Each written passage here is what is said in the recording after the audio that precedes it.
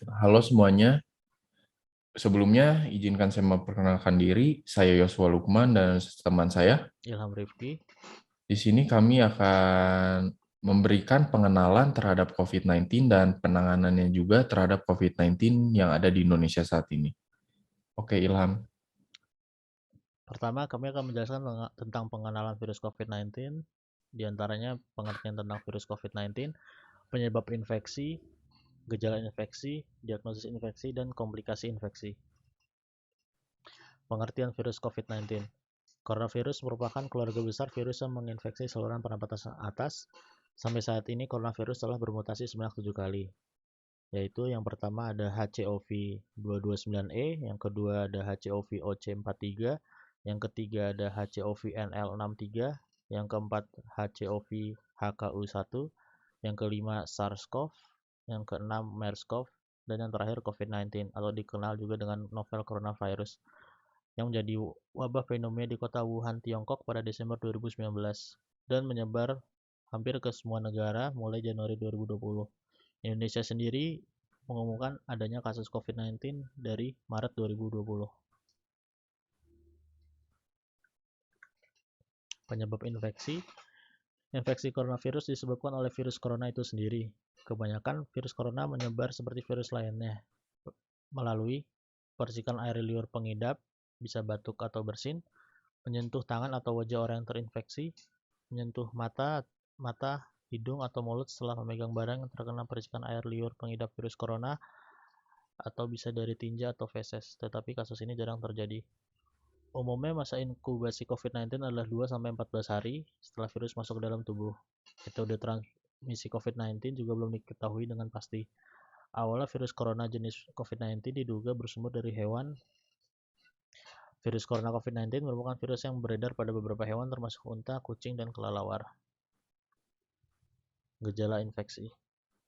Virus corona bisa menimbulkan beragam gejala pada pengidapnya. Gejala yang muncul ini bergantung pada jenis-jenis virus yang menyerang dan seberapa serius infeksi yang terjadi.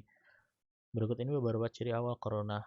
Pertama ada hidung beringus, kedua sakit kepala, ketiga batuk, keempat sakit tenggorokan, kelima demam, keenam merasa tidak enak badan, dan ketujuh adalah hilangnya kemampuan indera rasa dan penciuman.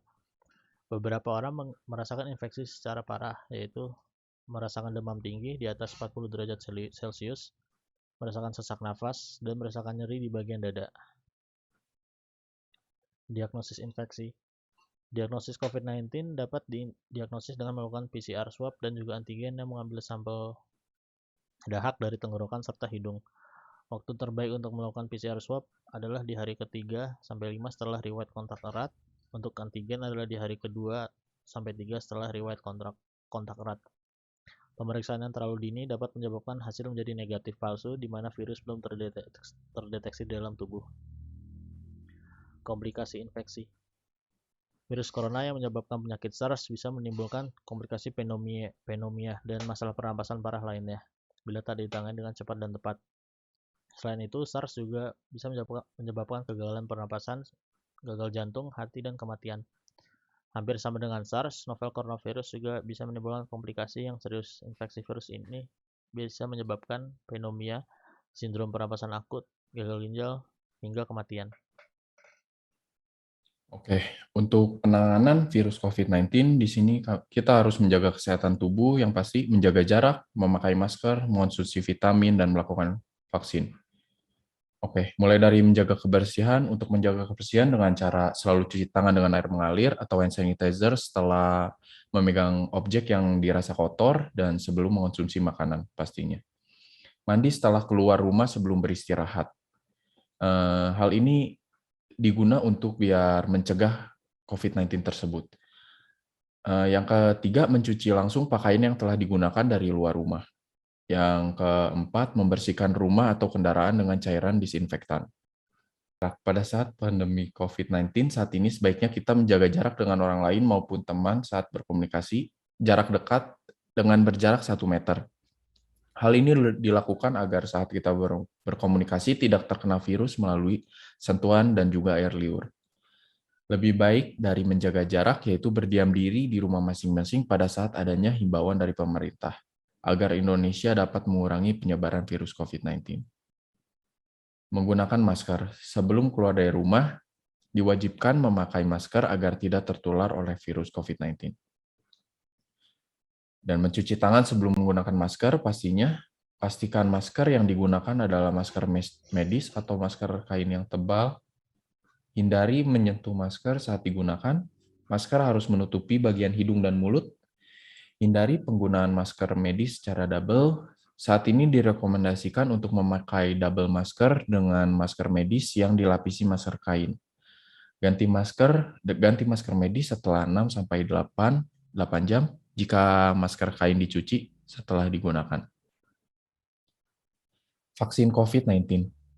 Jenis-jenis vaksin yang tersedia di Indonesia ada 5 jenis vaksin yang ada di Indonesia dan 3 vaksin yang sudah dapat izin untuk digunakan di Indonesia. 3 vaksin yang sudah dapat izin yaitu vaksin Sinovac yang memiliki tingkat efektivitas sebesar 65,3%. Yang kedua ada vaksin AstraZeneca yang memiliki efektivitas sebesar 75%. Dan yang terakhir ada vaksin Sinopharm yang memiliki efektivitas sebesar 79,34%. Ketiga vaksin ini sudah mendapatkan izin untuk digunakan di Indonesia, dan untuk 2 vaksin lainnya yang masih menunggu izin edar adalah vaksin Moderna yang memiliki efektivitas 94%, dan vaksin Pfizer. Vaksin Pfizer ini baru sampai di Indonesia dengan tingkat efektivitas 95%. Oke lah. Oke, ya, terima kasih. Semoga info yang kita bagikan dapat membantu.